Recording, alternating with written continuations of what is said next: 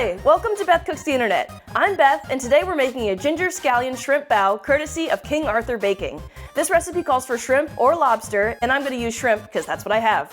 First up, we're going to make the dough. I'm going to put all these ingredients into the bowl of my stand mixer, and using the dough hook, mix it up until it becomes a nice soft dough. First up is 1 cup of milk. I'm going to put this in the microwave to warm it up to about 100 degrees. This is going to help activate the yeast. Next is 1 heaping teaspoon of yeast. Now, 3 cups of all-purpose flour. 6 tablespoons of sugar. Next is 1/2 teaspoon salt. Now, 1 tablespoon of vegetable oil. And finally, 1/2 teaspoon of baking powder. And now we're ready to mix it up until it becomes a nice, smooth dough.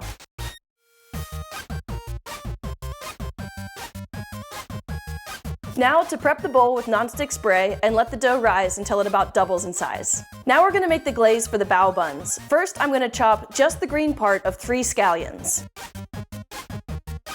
Next, 1/2 teaspoon of salt. Then 1/4 teaspoon sugar. Finally, 1 tablespoon of sesame oil. Our dough is doubled in size, and now it's time to make the bao. I'm going to punch down the dough and cut it into 12 equal pieces. Each piece of dough is going to get rolled out to about 8 by 3 inches. From there, I'm going to cut it into 4 strips, leaving one end connected so that it's easier for me to twirl up into the bao. Each bao will get put on its own little piece of parchment paper, and there it will rest for another 40 to 60 minutes. While the bao rests for a second time, I'm going to get ready with the filling. I'm going to cook up some shrimp and add the following ingredients to make it delicious. First up is 1 to 3 teaspoons of garlic, depending on how much you like garlic. Then 1 to 3 teaspoons of ginger, again depending on how much you like ginger. Now 1 tablespoon of sesame oil. Then 1 teaspoon of soy sauce. Then 1/2 teaspoon of rice wine vinegar.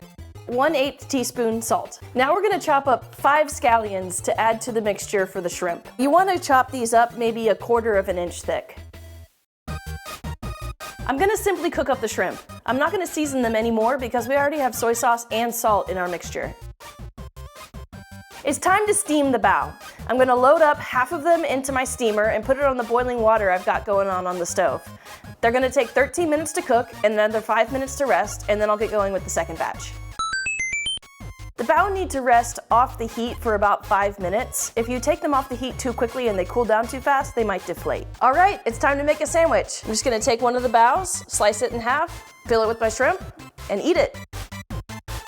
There we have it, ginger scallion shrimp bao, courtesy of King Arthur Baking. I give this recipe a 5 for tasty and a 3 for easy. The dough comes together simply enough, as does the filling, but you definitely need a steamer if you want it done right. Send me the recipes and dishes that you're curious about, and I'll try them first and let you know how tasty and easy they are. You can find me at bethcookstheinternet.com.